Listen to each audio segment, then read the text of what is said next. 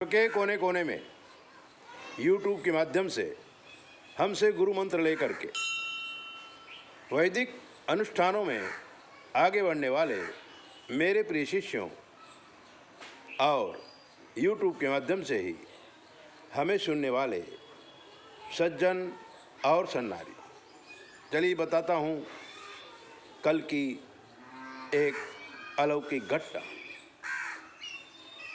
गुप्तेश्वर पीठ अहमदाबाद दिव्य आसन पर हम बैठे हुए थे, अपने शिष्यों के साथ धर्म की चर्चा कर रहे थे।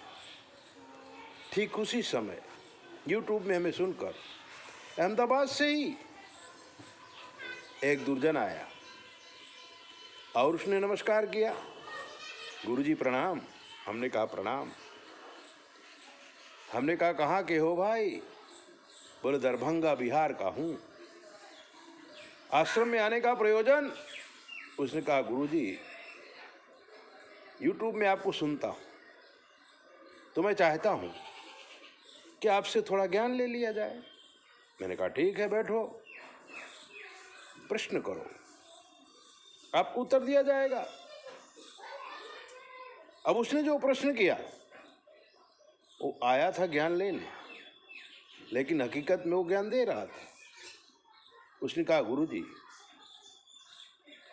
भागवत में कथा है कि पाराशर ऋषि 80 साल तक तो दिव्य पुरुष रहे, लेकिन 80 की उम्र पाते ही उन्होंने अपनी तप के प्रभाव से मत्स्यगंधा जैसी स्त्री का सतीत्व भंग किया, उसे गर्भवती किया। एक ऋषि जब ऐसे कार्य करता है तो धर्म पे श्रद्धा हट जाती है। मैंने कहा ठहरो, अगर तुम ज्ञान लेने आए हो तो ये तुम अपने घर की बात बता रहे हो और हमें प्रभावित करने की कोशिश कर रहे हो, धर्म की निंदा कर रहे हो। पाराशर ऋषि के विषय में जानते हो? पाराशर वशिष्ठ वंशज हैं, शक्ति के पुत्र हैं। विश्वामित्र और वशिष्ठ के झगड़े में जब राक्षसी प्रवृत्तियों ने विश्वामित्र का वंशनाश करने की कोशिश की, सारे पुत्रों का वध कर दिया,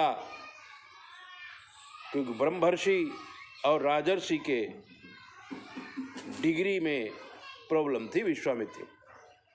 विश्वामित्र ब्रह्मर्षि बनना चाहता था, लेकिन वशिष्ठ उसे ब्रह्मर्षि नहीं बता रहे थे, राजर्षि ही बता रहे थे। डिग्री देने का काम वशिष्ठ ऋषि के हाथ में था। राक्षसों को प्रेरित करके विश्वामित्र ने गुरु वशिष्ठ का वंशनाश करने की ठानी और वंशनाश कर दिया।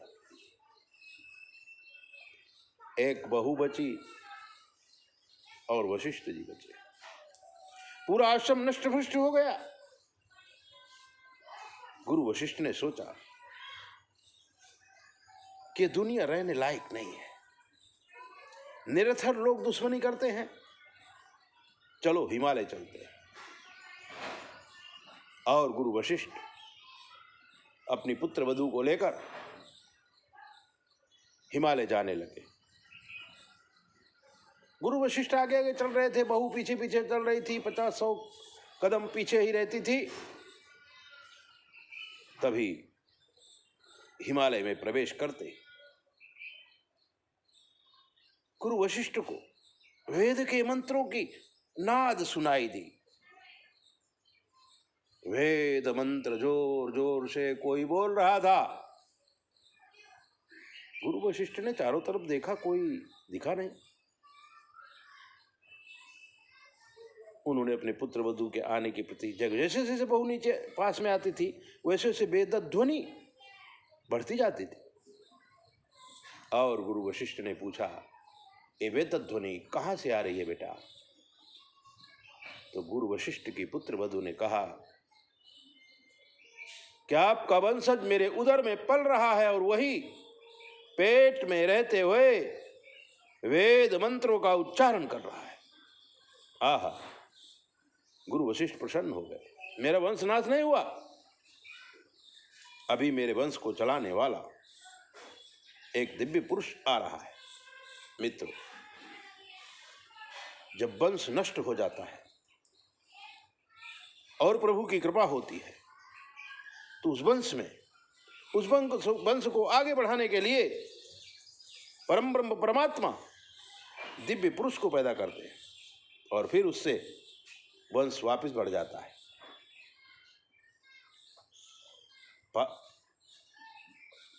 गुरु वशिष्ठ बहुत प्रसन्न हुए और अपने बहू के उदर में रहे हुए उस बच्चे को बहू के माध्यम से अनंत ज्ञान देने लगे। बच्चा पैदा हुआ, नाम रखा गया पाराशर।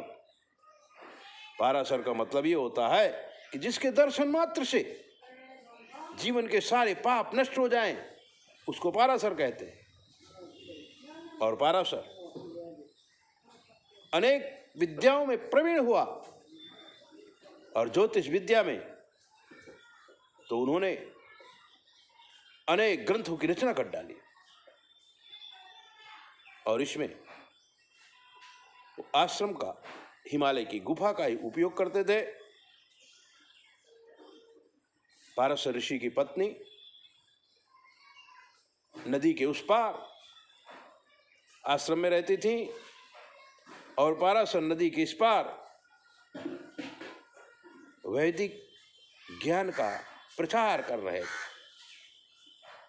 ज्योतिष का अध्ययन करते करते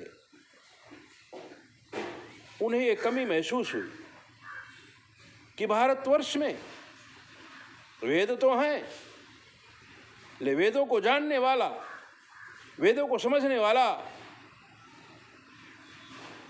बहुत कम मनुष्य हैं।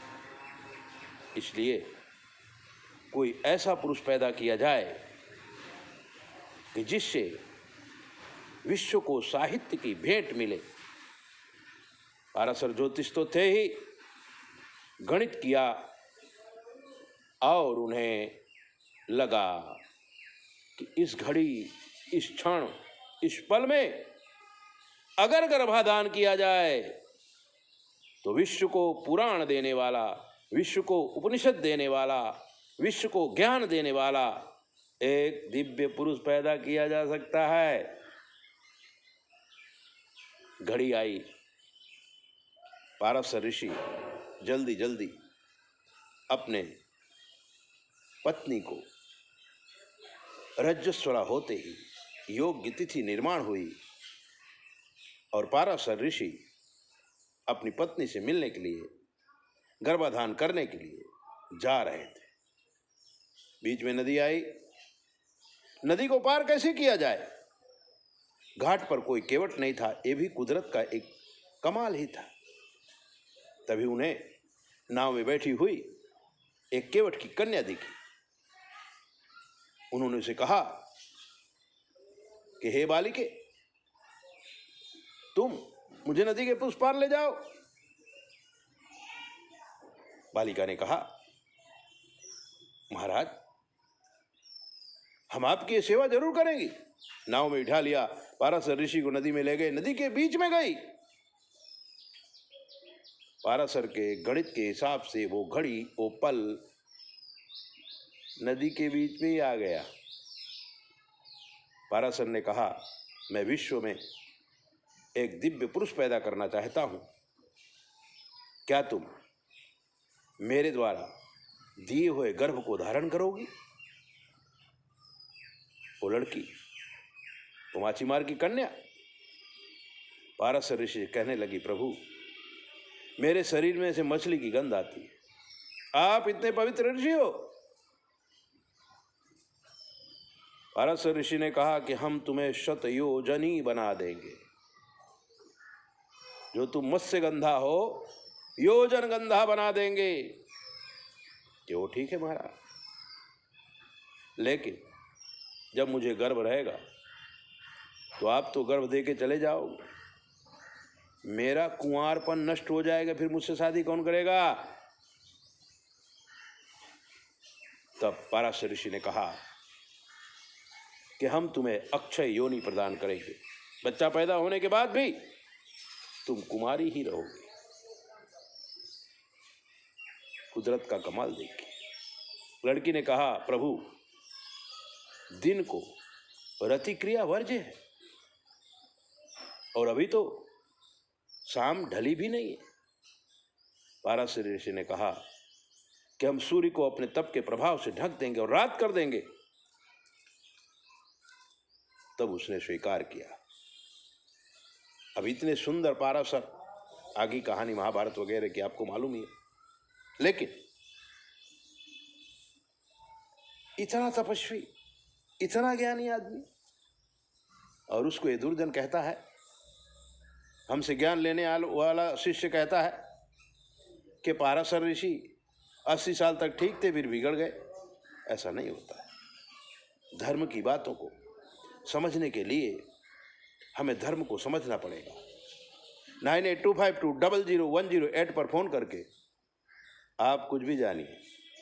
ऐसी दिव्य बातें जानने के लिए चैनल सब्सक्राइब करो, लाइक करो, दूसरों को भेजो, घंटी भी बजाओ, और 9825200108 को याद रखो। जय बोले, अपना ध्यान रखो।